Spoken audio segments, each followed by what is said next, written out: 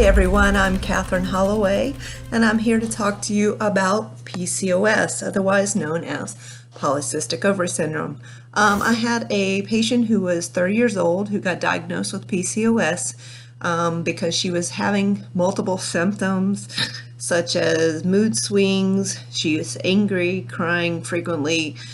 She had hair growth above her lip, on her chin. She had hair growth around her nipples, between her breast, and an excess amount of hair that had grown onto the back of her legs. These mood swings, however, were interfering with her lifestyle, and she was getting frustrated pretty much with everybody around her. So she went to the doctor to kind of talk this over because she frequently has irregular menstrual cycles that are extremely painful. She was told by the doctor one of the best things he could do was put her on hormonal therapy, but she did not want to go on hormonal therapy, so she went ahead and researched and found that there was a sepia, which was a natural homeopathic remedy that she could take, along with some diet and some nutrition and some supplements that would help with her PCOS so she would not have to do the hormonal treatments. She had started having periods when she was 15 with the pain and the irregular cycles. She had gained about 21 pounds over the last year. She's 5'6", and she and her husband have been trying to have a child for, like the last 5 years or so. However, they have been unsuccessful at doing so. Polycystic ovary is known to occur in family members, despite the fact that it is known to be idiopathic. There's no real cause for it. So McEwen and Hartman had noted that this was a connection during my research. She had told us that her father's side of the family her aunt had PCOS, and that two of her cousins also had PCOS on her father's side, but that no one on her mom's side had PCOS. PCOS tends to affect the reproductive, the endocrine, and also the metabolic systems of the body, with inflammation and insulin resistance. Insulin resistance is one of the major problems with PCOS, according to McEwen and Hartman in 2018.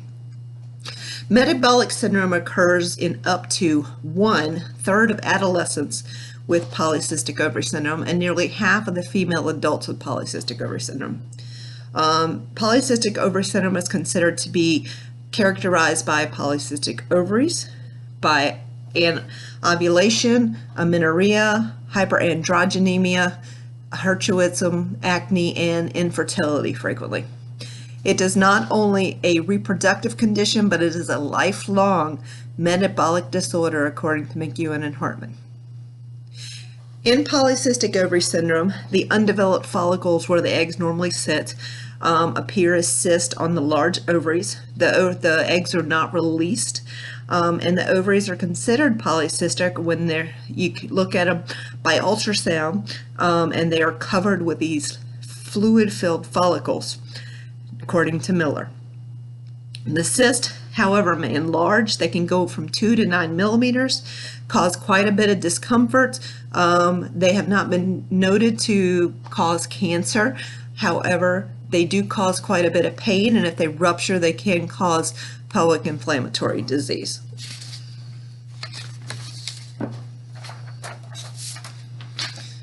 They also cause hormonal imbalances as well, which leads to the problems associated with polycystic ovary syndrome. Like I said, polycystic ovary syndrome is considered idiopathic, but it does seem to run in families. Often these ladies have insulin resistance. More insulin is required in their body to balance their blood sugar levels. They also frequently have sugar cravings because of the insulin resistance. They're not quite considered diabetic yet, but they do have a 7 times higher chance of developing diabetes as they age. The body needs more insulin. This more need for more insulin causes the ovaries to produce more testosterone, and with the testosterone, this leads to the signs and symptoms that I mentioned of polycystic ovary syndrome, which Susan had all of the above. This excess insulin and testosterone can prevent the ovary from releasing the egg, and the uterus, which leads to the infertility issues, according to Miller. Miller had stated, along with McEwen and Hartman, that women with polycystic syndrome have an increased risk of cardiometabolic syndrome, insulin resistance, impaired glucose tolerance, type 2 diabetes, dyslipidemia, which means they have altered cholesterol and triglyceride levels, inflammation, oxidative stress, impaired endothelial dysfunction. They tend to have depression, anxiety, low self-esteem, negative psychological impacts on them. They have bad, poor body image issues. They have a disordered eating problem. They tend, if they do get pregnant, to have gestational diabetes and obstructive sleep apnea because they are obese, but it has also been found recently that, according to McEwen and Hartman, that people with normal BMI also develop PCOS. It's just not overweight women. So, insulin resistance in polycystic ovary syndrome can be observed in both lean and overweight obese women with polycystic ovary syndrome, according to McEwen and Hartman. No single specific diagnostic test can be done to prove polycystic ovary syndrome. However, Susan, I did not have her lab results available, but according to the research I did, it was found that hormonally, you have an elevated luteinizing hormone or LH level, normal or slightly decreased level of follicle stimulating hormone or FSH, hyperandrogenemia, hyperinsulinemia, and normal levels of cortisol, prolactin, and TSH or thyroid stimulating hormone, normal T4, normal free thyroxine, and that's all according to De Medeiros. It was also noted that there is a low level of sex hormone binding globulin, which may be present as in the hyperinsulinemia state. Now, the radiology test that can be done to find out about the ovaries is the ultrasound, and it can check for the polycystic ovaries and endometrial thickness to see what the woman is going through. Susan did have an ultrasound done, and it did show she had multiple cysts, especially on her right ovary and some on the left. She discussed this with her physician about her diagnosis. He suggested she lose weight, that she get on specific diet, and he wanted her, like I said, on hormone therapy, but she wasn't willing to commit to the hormone therapy. So she noted that there are homeopathic treatments, nutritional changes, and herbs that can be used to treat PCOS, which are natural methods that help kick the body back into its own natural healing process. So Susan started on a treatment taking the sepia, which was made from cuttlefish and helps regulate hormones, mainly focuses on the ovaries, on the uterus, and on the vagina. Sepia can cause, though, mood swings itself, which Susan has already been experiencing, so that was kind of a concern. Mood swings from sepia often involve anger and irritability towards family members and significant others, according to Miller. Susan, she needed to lose some weight, but she was having sugar cravings, which made it more difficult for her to keep her insulin levels under control, led to a more out of balance insulin and insulin resistance, according to Miller. So, multiple supplements were given to Susan, one of which was chromium. That chromium is used primarily to regulate insulin because it works by helping insulin to be more efficient by lowering the blood sugar. Chromium is known to have a beneficial effect in improving insulin resistance in patients with type 2 diabetes. Also, she was given vitamin B complex supplement, and this B vitamins help convert the food into energy, regulate fat metabolism, also causes a regulation of the blood sugar levels, according to Miller, and it can help in regulating hormones as well. She was told to take zinc and magnesium, and these help to regulate hormones and balance blood sugar levels, according to Miller. The zinc levels have been found to be low and altered in women with polycystic ovary syndrome and impaired glucose tolerance. So, supplemental zinc is necessary to reduce the symptoms of the alopecia and hirsutism, or the hair growth. It improves levels of fasting glucose. It improves the homeostasis of insulin resistance and lipid profile in women with polycystic ovary syndrome, according to McEwen and Hartman. She was also given omega-3 fish oil, which is known to lower the harmful cholesterol that's associated with polycystic ovary syndrome. Along with, if you take omega-3 fish oil with vitamin E, then together they improve the manifestations of the insulin resistance and total and free testosterone. Susan was told that she had to take several and multiple supplements in order to do this naturally. So the herbal supplements she was told to take were Agnus castus. According to Miller, it helps to stimulate and normalize the functions of the pituitary gland, which controls the release of the luteinizing hormone. Luteinizing hormone is often elevated in polycystic ovary syndrome, and that can lead to frequent miscarriages and the inability to have babies. So it's really sad when this happens to women, but according to Miller, if they take this Agnus castus, it helps quite a bit. She was also told to take saw palmetto, which decreases hair growth and decreases the testosterone level in the body that is caused by that. It's an anti-androgen.